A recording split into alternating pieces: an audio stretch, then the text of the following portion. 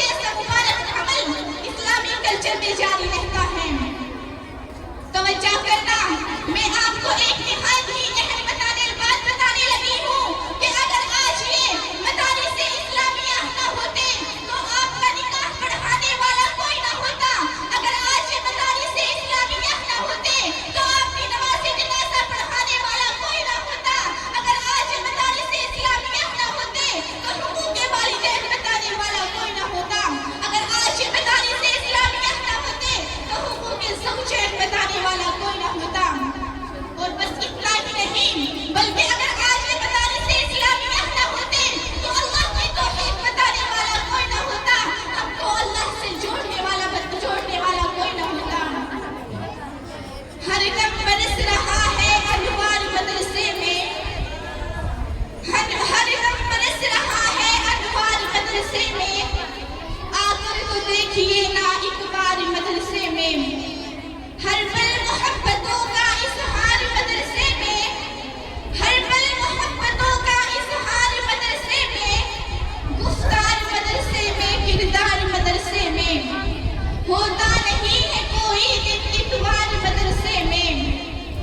شب بھر عبادتیں ہیں، دن بھر تلاوت